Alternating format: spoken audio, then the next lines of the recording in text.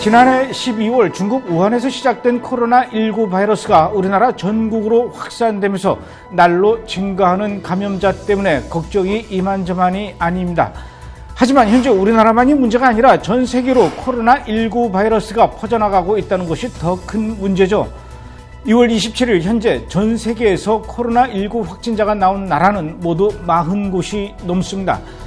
아시아 15개 나라, 유럽 15개 나라, 중동 10개 나라, 북미 2개 나라, 남미 1개 나라, 그리고 오세아니아와 아프리카에서는 호주와 알제리아에서 확진자가 나왔습니다. 특히 이란과 이탈리아의 상태가 현재 심각하다고 하죠. 현재 상황에서 해외 전문가들은 앞으로도 코로나19 환자 수가 더 늘어날 것이라는 전망을 내놨다고 합니다. 마크 립시치 미국 하버드 대학의 보건대학원 교수는 25일 한 언론사와의 인터뷰에서 앞으로 전 세계 성인 인구의 40에서 70%가 코로나19에 감염될 수 있다고 예측했습니다.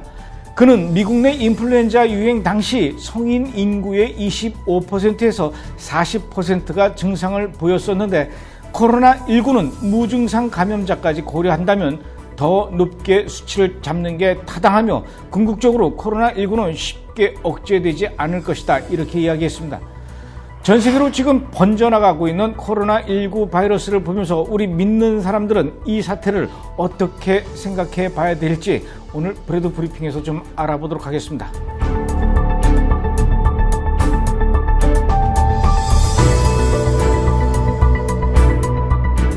앞서 여러 나라들에서 확진자들이 나왔다고 말씀드렸는데 그중에 가장 제가 우려되는 곳들은 아프리카와 미국 그리고 일본입니다. 아프리카의 나라들은 여러분들도 아시다시피 의료시설이 많이 낙후되어 있죠. 치료가 문제가 아니라 자신이 바이러스에 감염되어 있는지 검사조차 제대로 할 수가 없습니다.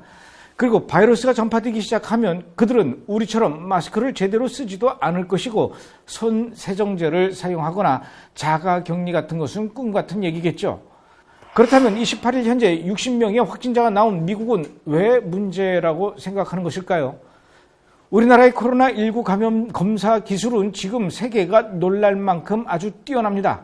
굳이 병원 안으로 들어가지 않고 자기가 타고 온 승용차에서 창문만 열고 검사를 받을 수 있고 그 시간도 채 10분이 걸리지 않는다고 하니까요.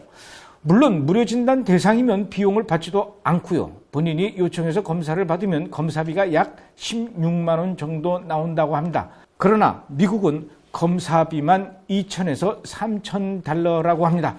우리 돈으로 한 번 검사 받는데 300만 원 정도 한다는 거죠. 거기에다 미국 사람들이 가입해 있는 보험에서는 이런 전염병 검진비는 아예 보장해 주지 않는 경우가 많다고 합니다. 그러니 자신이 기침을 하고 고열이 나는 등 코로나19 감염 증상이 나타나도 검사하는 데만 300만 원 이상 나온다면 과연 얼마나 많은 사람들이 병원에 찾아가려고 하겠습니까? 더군다나 미국은 언어와 문화가 서로 다른 민족들이 얼마나 다양하게 많이 모여 사는 나라입니까? 또 전 세계에서 정말 많은 사람들이 미국을 찾아오고 또 미국을 떠나기도 합니다. 그렇다면 앞으로 미국은 어떻게 될까요? 제가 보기엔 미국이 한국을 걱정할 것이 아니라 그리고 중국을 걱정할 것이 아니라 미국은 미국 스스로를 걱정해야 할 상황이 될 것이 분명해 보인다는 거죠. 그리고 또 한 나라는 일본입니다. 2월 28일 기준으로 일본의 코로나19 확진자는 919명이라고 하고 그중에 중증 환자는 52명, 사망은 8명이라고 합니다. 하지만 사실은 이 숫자보다 더 많은 약 1만 명 이상의 확진자가 있을 거라는 게 전문가들의 예측이죠. 앞으로 도쿄올림픽을 앞두고 있는 상황에서 코로나19 바이러스 확진자가 많이 생겨나게 되면 올림픽 자체가 취소될 수도 있기 때문에 일본 정부가 확진자 숫자를 정확하게 밝히기를 꺼려 한다는 것입니다. 뿐만 아니라 일본은 우리나라와는 다르게 검사 능력도 훨씬 뒤처져 있습니다. 우리나라가 하루에 1만 건 이상 검사를 진행할 때 일본은 일주일 동안 6,300건, 그러니까 하루에 겨우 900건에 불과하다는 것입니다. 이 얘기는 아직도 확진자가 어딘가에 있을 텐데 그것을 제대로 찾아내지 못한 것이며 그래서 확진자의 숫자가 지금까지 919명만 나왔다고 볼 수 있다는 것이죠. 사실 이 외에도 걱정되는 나라들이 있습니다. 바로 중동 아랍 국가들입니다. 특히 이스라엘과 아주 가깝게 마주하고 있는 팔레스타인 지역, 요르단, 시리아, 레바논 같은 나라들이죠. 우리로서는 참으로 안타까운 일이었지만 우리나라 성지순례객들이 대한항공 편을 타고 이스라엘의 텔아비브 공항에 도착했지만 입국 금지를 당한 채 비행기에서 내려보지도 못하고 2시간 만에 그대로 한국으로 되돌아온 적이 있었습니다. 이스라엘은 왜 이렇게 과잉 반응을 하는 것이었을까요? 이스라엘이 우리나라와는 좀 다른 특수한 상황에 놓여 있기 때문입니다. 일단 이스라엘은 팔레스타인과 마주하고 있지요. 그리고 대부분의 성지 순례객들은 이스라엘 지역만 찾아가는 것이 아니라 많은 기독교 성지들이 팔레스타인 지역에도 있기 때문에 그곳을 찾아가게 되는 것이죠.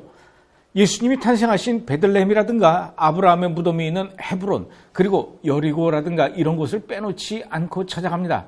이게 바로 문제인 거죠. 만약 코로나19에 감염된 순례객이 팔레스타인 지역에 가서 팔레스타인 사람들에게 바이러스를 전파하게 될 경우에 팔레스타인 안에서 감염이 순식간에 확산될 수 있다는 것은 자명한 사실이죠. 그런데 팔레스타인 지역에는 이스라엘과 달리 의료시설과 의료진이 많지가 않습니다. 물론 방역기술도 장담할 수가 없지요. 그러니까 팔레스타인 지역에서 코로나19가 퍼져나간다면 그때는 그야말로 댐이 무너진 것과 다를 바 없다는 것입니다. 그런데다가 감염된 팔레스타인 사람들이 이스라엘 지역으로 넘어온다면 이스라엘 입장에서는 어떻게 손쓸 방법도 없게 되죠. 그래서 외국인 순례객들을 강력히 현재도 막고 있는 것입니다. 그런가 하면 이스라엘 주변 시리아, 레바논 등의 나라들과 자주 왕래를 하는 이란이 코로나19에 의해서 심한 타격을 받고 있습니다. 이란은 27일 기준으로 코로나19 확진자가 245명에 사망자는 26명이나 되죠. 뿐만 아니라 지금 이란의 보건부 차관과 에테카르 부통령이 코로나19 확진 판정을 받는 등 고위 공직자들의 감염이 잇따라 확인되고 있다고 합니다. 자, 지금 우리나라도 코로나19 때문에 온 국민이 근심과 걱정에 쌓여 있습니다. 그와 동시에 선진국인 미국도, 일본도 그렇고 아프리카와 중동 국가들도 그렇고 유럽과 남미까지 전 세계가 이렇게 코로나19라는 바이러스로 고통받고 있습니다. 그래서 지난 2월 28일 WHO 세계보건기구는 현재 코로나19 발병이 결정적 시점에 와 있다며 세계 각국이 신속히 움직여야 한다고 강조했습니다. 사실 인류는 하나님께서 태초에 만드신 에덴 동산을 벗어날 때부터 온갖 종류의 바이러스에 시달려 왔다고 해도 과언은 아니죠. 급성 전염병의 대선배격인 그러면서도 우리에겐 마마라고 알려진 천연두는 BC 1600년경에 시작됐습니다. 지금은 잘 찾아보기 힘들지만 주로 어린 아이들에게 생겼던 벌거리는 BC 400년경에 바이러스가 뇌와 중추신경계 부분에 감염을 일으키는 소아마비가 처음 유행한 것은 1840년, 그리고 후천성 면역 결핍증으로 알려져 있는 에이즈는 1959년에 처음 발견됐고 그 이후로 지금까지도 수많은 사람들의 목숨을 앗아갔죠. 그러나 진짜 바이러스 대유행병은 우리가 잘 아는 흑사병이었습니다. 흑사병은 1346년에 유럽에 나타났습니다. 이로 인해 파리 인구 10만 명 중에 절반이 사망을 했고요. 이탈리아 피렌체에서는 12만 명의 인구가 5만 명으로 줄었습니다. 독일 함부르크와 브레멘에서는 인구 중에 60%가 사망을 했고요. 1348년에는 이 병이 너무 빨리 퍼져서 의사나 정부 당국이 그 원인을 찾아볼 시간을 갖기도 전에 유럽 인구의 3분의 1이 소멸된 상태였죠. 이렇게 사람들이 속수무책으로 죽어가자 그 원인을 유대인들에게 돌린 것은 너무나도 유명한 얘기입니다. 전염병의 원인을 찾아서 치료법을 개발하고 예방법을 알려줘야 함에도 불구하고 그 당시 유럽 사람들은 거의 광적으로 변해서 그 원인을 유대인들에게 찾으려고 했던 것이었습니다. 유럽 사람들은 왜 유대인들을 탓했을까요? 우선 14세기경 유럽에서는 반유대주의가 일반적이었습니다. 그래서 유대인들을 따로 모아서 살게 했고 될 수 있으면 그 지역을 벗어나지 못하게 했습니다. 그리고 유럽 사람들이 유대인들과 한 우물을 같이 사용하고 싶지 않다며 유대인들만 따로 사용하는 우물을 파괴했죠. 그러다 보니 유럽의 다른 지역에서 전염병이 창궐할 때 유대인들은 따로 살고 있었기 때문에 비교적 감염이 덜 되었고요. 또 우물도 따로 사용했으니 물을 통한 전염도 유대인들에게는 차단이 되었던 것입니다. 하지만 무엇보다도 결정적인 이유는 유대인들은 율법에 따라서 빵을 먹기 전에 그리고 화장실을 사용한 후에는 반드시 손을 씻는 것이 일종의 문화이고 그들의 삶의 방식이었습니다. 그리고 그들은 반드시 일주일에 한 번 이상, 특히 안식일을 맞이하기 전에 목욕을 했습니다. 정결한 몸으로 하나님을 만나기 원했던 것이죠. 그런 반면 그 당시 유럽인들은 아침에 되어 눈을 뜨게 되면 나머지 가족들이 밤새 흑사병에 걸려서 전부 새까만 모습으로 죽어 있었고 자신의 몸도 점점 새까맣게 변해가고 있으니 얼마나 무섭고 두려웠겠습니까? 오늘은 아직 죽지 않았지만 오늘 밤에 죽을 수도 있고 아니면 내일이나 그 다음 날에 죽을 수도 있을지 모른다는 공포감은 곧 광적인 행동으로 변해갔고 반드시 이 죽음의 공포를 가져다 준 원인이 있을 거라고 생각한 그들은 여전히 건강하게 잘 살고 있는 유대인들을 지목하게 된 것입니다. 유대인들이 그동안 자신들을 괴롭혀왔던 유럽인들에게 복수를 하기 위해서 유럽인들이 사용하는 우물에다 독을 탔다는 소문이 돌기 시작했고 아직 죽지 않은 유럽인들은 유대인들을 찾아가서 그들을 대학살하기 시작합니다. 1348년 4월 프랑스의 프로방스주 툴롱에서 유대인 지역이 약탈당하고 40여 명의 유대인들이 그들의 집에서 살해됐고 1349년 2월 14일 발렌타인데이에 프랑스의 스트라스부르에서 유대인 2,000명이 산채로 불에 타게 되었습니다. 1349년 봄에 독일의 프랑크푸르트에서도 3,000명의 유대인들이 참혹하게 죽어갔죠. 이렇게 14세기 유럽에서 크게 퍼져나갔던 흑사병 이후 현대에 들어서는 가장 심했던 국제적 유행병, 즉 팬데믹은 바로 1918년 미국 시카고 부근에서 발생한 스페인 독감이었습니다. 이 독감은 처음엔 감기에 걸린 듯한 증상을 보이다가 폐렴으로 발전하고 나중엔 환자의 피부에서 산소가 빠져나가 보랏빛으로 변해가면서 감염이 된 지 2, 3일 만에 결국 죽음에 이르는 전염병이라고 합니다. 이 독감은 미국에서 시작되었지만 곧이어 유럽과 아프리카, 아시아에 이르기까지 지구 전역에 걸쳐서 퍼져나갔고 발생한 지 2년 만에 약 6억 명이 감염되었다고 합니다.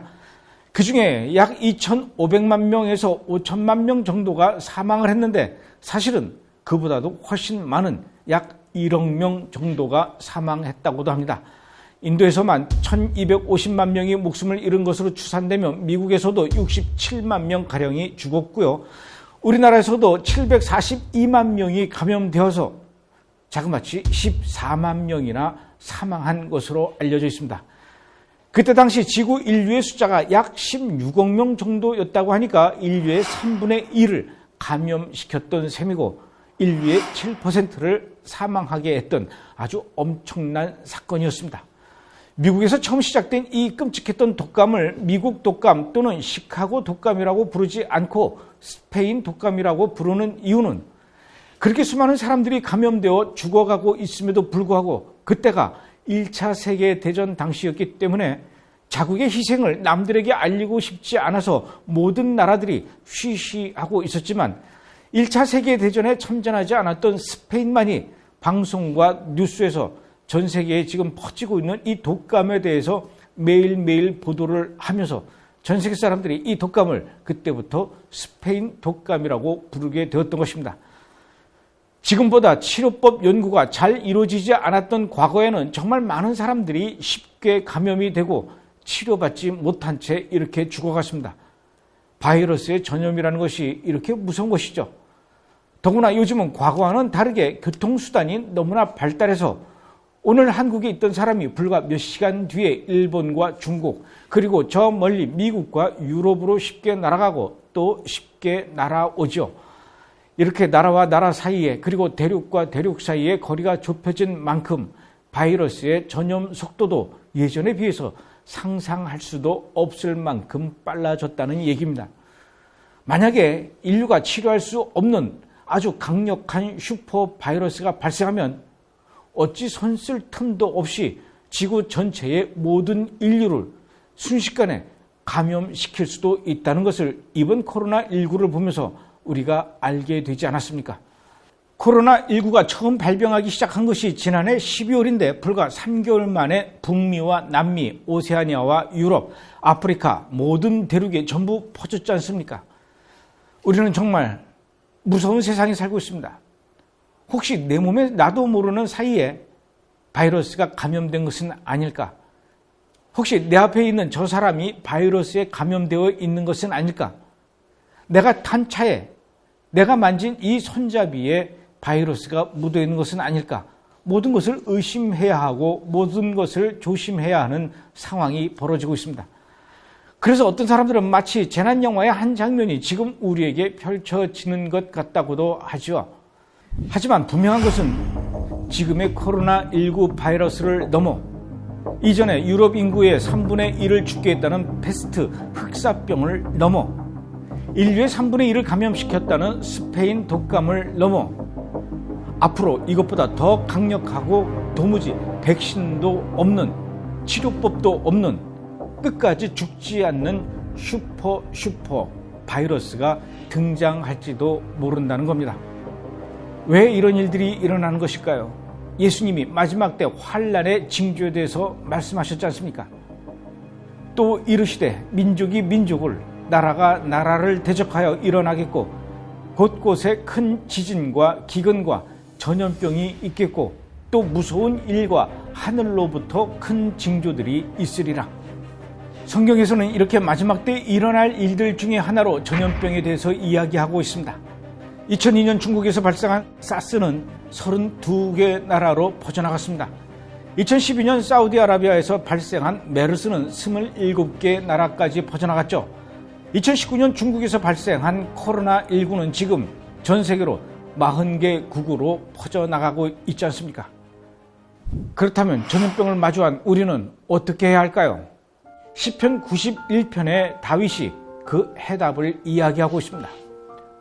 지존자의 은밀한 곳에 거주하며 전능자의 그늘 아래에 사는 자요, 나는 여호와를 향하여 말하기를 그는 나의 피난처요 나의 요새요 내가 의뢰하는 하나님이라 하리니 이는 그가 너를 새 사냥꾼의 올무에서와 심한 전염병에서 건지실 것이미로다.